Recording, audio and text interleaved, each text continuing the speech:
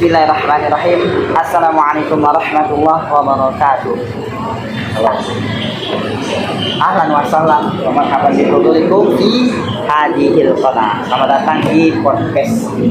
Jadi kita akan mencoba sedikit berbicara terkait dengan bahasa. Dari teman-teman ini kira-kira ada yang bisa terkait dengan bahasa Arab. Aku mau tanya, kalau ini kan jurusan bahasa Arab kuliahnya, oke? Ya. Jadi aku mau tanya, apa perbedaan bahasa Arab dengan bahasa Indonesia? Oke, kita ini dulu ya bicara terkait bersama. Sebenarnya bahasa Arab dengan bahasa Indonesia itu sama. Jadi bahasa Arab kan, bahasa Indonesia kan ada kalimat verbal, ada kalimat nominal. Kalimat verbal itu yang terdiri dari ada kata kerja di dalamnya, subjek, predikat atau kata kerja dan objek. Kemudian kalau di kalimat nominalnya itu kita ada kata yang awal itu loh, dua-duanya kata benda. Contohnya kan kayak guru, bintang. Dan bahasa Arab juga kayak gitu. Cuma perbedaan itu, misalnya bahasa Arab tuh di jumlah, ada istilahnya di jumlah. Ada jumlah al-fi'liyah itu kalimat verbal di dalam bahasa Arab. Itu nanti diawali dengan fi'il, kemudian diikuti fa'il dan maf'ul. Gitu. Kalau fi'il sendiri itu gimana? Kalau fi'il itu kata kerja dalam bahasa Arab. Sedangkan fa'ilnya itu subjeknya, pelakunya. Maf'ul itu objek yang dibinai kerja. Misalnya gini, qara'a Muhammadun Al-Qur'an. Muhammad membaca Al-Quran, seperti itu. Namun yang unik, kalau bahasa Indonesia kan subjeknya dua, sedangkan bahasa Arab itu subjeknya di tengah setelah fi'il. Nah, jadi jumlah fi'ilnya itu kalimat dalam bahasa Arab yang diawali dengan kata kerja. Gitu. Sedangkan jumlah isminya itu dua-dua sama kayak kalimat verbal.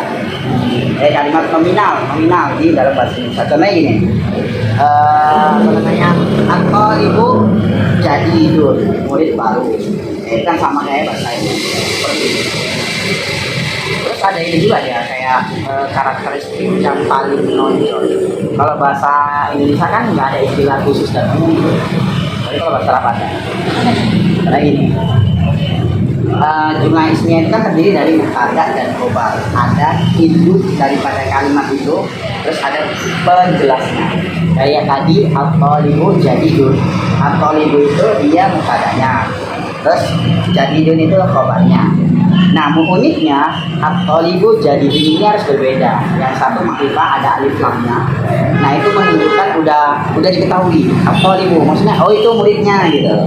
Contohnya misalnya gini, kalau kita bilang masjidun, itu ya bisa masjid Jami Al-Fat, bisa masjid Taqwa, bisa masjid Al-Hidayah dan seterusnya. Tapi kalau kita bilang Al-Masjid, maka ini bisa masjidnya di belakang. Nah, jadi at-thalibu itu udah diketahui. Sedangkan khobarnya itu harus harus umum, ditandai dengan tanwin. Jadi paham? Ya, Jelas ya? Nah, apa lagi yang mau ditanya? jadi kalau di satu kalimat bahasa Arab tuh bisa jadi banyak nggak artinya? Ya tergantung. Kadang kan kayak misalnya di Al-Quran kan ada mungkin beberapa kalimat hanya pengaruh berupa titik atau garis itu bisa jadi beda.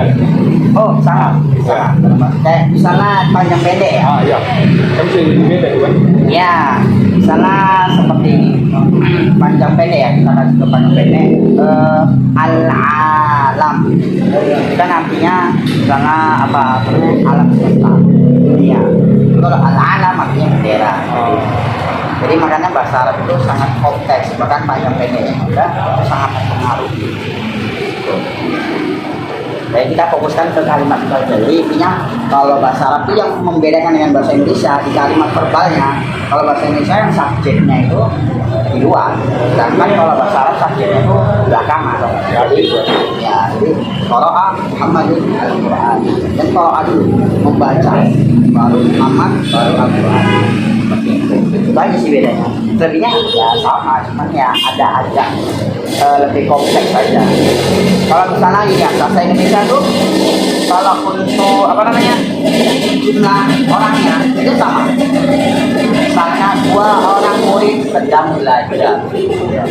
Kalau bahasa Arab itu beda. Beda. Kalau misalnya pakai jumlah ini ya bisa atau ya tahan zaman gitu. Jadi bukannya tahan enam. Ya ada kompleks lah. Nah, cukup ya, gitu aja ya. Nanti kita sambung lagi ya. Nah ini ya teman-teman, jadi dalam bahasa Arab itu ada ada al jumlah al fi'liyah, ada al jumlah al ismiyah. Itu sama, kalau al jumlah al fi'liyah itu kayak kalimat verbal, kalimat yang di dalamnya ada kata kerja. Sedangkan di Arab itu kalau kalimatnya itu diawali dengan kata kerja itu dia al jumlah al fi'liyah. Sedangkan al jumlah al ismiyah itu kalimatnya terdiri dari isim di awal. Sama kayak kalimat nomina di dalam bahasa Indonesia. Jadi sekian dari kami, nanti kita ngobrol-ngobrol lagi di podcast selanjutnya. Barakallahu fikum.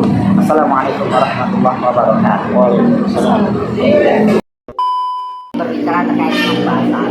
Dari teman-teman ini kira-kira ada yang tidak terkait dengan bahasa Arab.